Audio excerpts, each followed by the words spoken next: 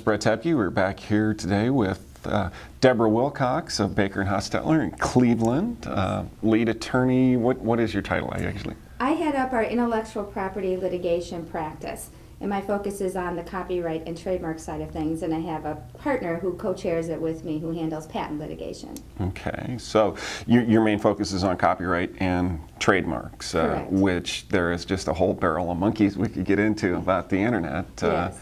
Probably the biggest case going right now is the YouTube case. What are your thoughts on that?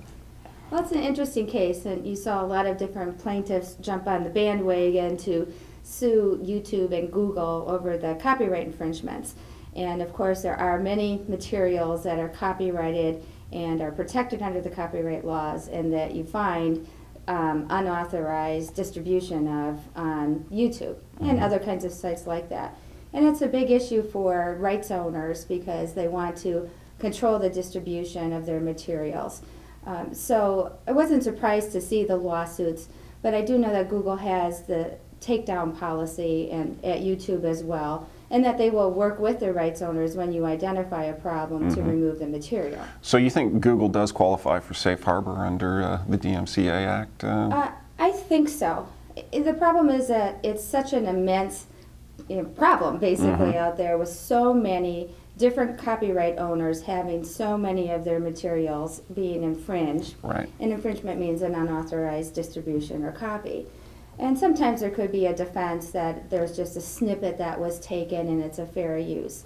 But you're seeing wholesale copying going on. And the medium is very popular, so when there's a demand, there'll be a supply of this kind of unauthorized activity. I guess that is the crux of the situation for me is Google an ISP and is YouTube an ISP, or are they merely a distribution service?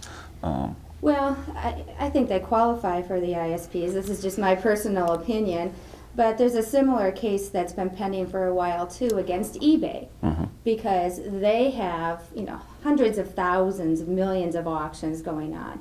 And a lot of the auctions are for product that might be counterfeit. And eBay takes a share of the profits in any given auction. And Tiffany has sued eBay thinking that that's an unlawful activity on the part of eBay facilitating this kind of counterfeiting that's going on and profiting from it. But again, eBay will comply with takedown notices and will shut down an auction when you give proper information to eBay, and it works very efficiently. The problem is for someone like Tiffany, they have literally hundreds of auctions going on at any given time, and they could constantly keep feeding these notices. So their position is that eBay should do something about it. It's a tough one because under the law it seems like eBays and the YouTubes and the Googles of the world have generally complied with the copyright and trademark laws. Do you think the courts today have become technologically savvy enough to be able to understand the distinctions we're talking about here? We're talking fine, razor-thin lines of distinction with what's going on. Well, there are certain judges who are up to date on technology. They can't know everything that some of us specialists that are just looking at the search engine world, for example, know so much about by following it day in and day out. Keep in mind that a federal judge has a huge criminal docket. And when they get these kinds of cases, they're usually very excited because it's something other than the norm. But there is a learning curve. And it's up to the lawyers and to the experts and to the parties to educate the judge as to what is going on in their position. And that's why these cases can be expensive and time-consuming, because you can't expect a judge to understand all of this just in an instant.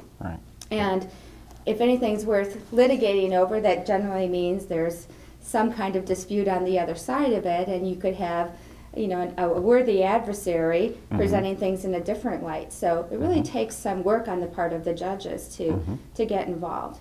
Some judges don't even like to use email or don't trust anything electronic, maybe that had been around for a long time. And it's a new generation of business and everything that needs to really be explained very much in detail, but yet not so detailed that you lose the forest through the trees. The law can't keep up with the technology. Any given case, even in federal court, where they usually go a little bit more quickly than in state court, and most IP cases are in federal court, you'll have a year to a year and a half to 2 years from filing of the complaint to getting through to a verdict. And then often there is an appeal. And so that can take another couple of years. So any given case could take 5 or 6, 7 years to get through to maybe a definitive decision, at which time technology has completely changed. And when the courts were talking about meta tags, you know, Right. being the hidden language that you know, consumers are being duped by, well, that's sort of all changed now. Right. But they still, in today's rulings, look back at meta tags, and if you use the word meta tag, you might have a better chance at prevailing in your case, because there is some case law saying that you can't use someone else's trademark as your meta tag. Right. But, you know, and the consumer perceptions out there, it's very hard to measure. You can hire an expert to see if someone feels like they're being duped or not by looking at an advertisement in a certain way that has a certain trademark in it. And a lot of research needs to be done to see, what does the average consumer think when they see these things?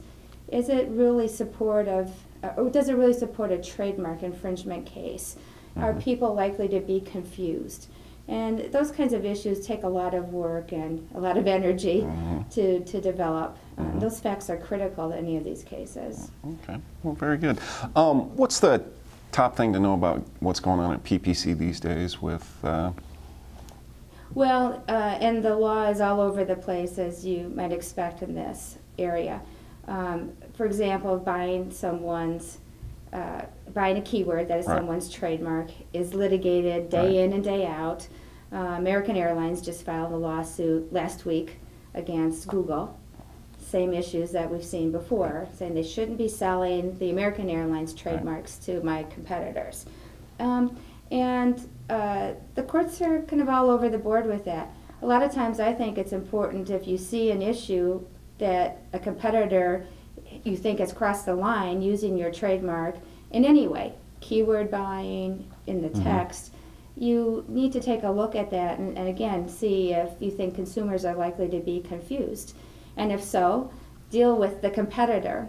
And you can use the Google policies and the ASK and MSM policies for whether or not they permit keyword buying by competitors. You know, Google does, but you can't use the trademark in the title or text. And Yahoo and some of the others say competitors can't buy it, and you have to show there's a competitor.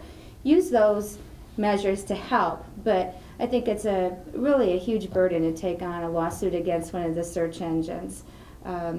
You know, they provide a valuable service to a large degree, but they profit from what some people view as trademark infringement. But I think if you think there's a problem with your competitor, you have to deal with the competitor too, and then decide if you want to take on the search engines as well. Well, we're just about out of time. I want to thank you for being with us today, thank you Deborah. very much. Thank you. Nice to see you. That was great.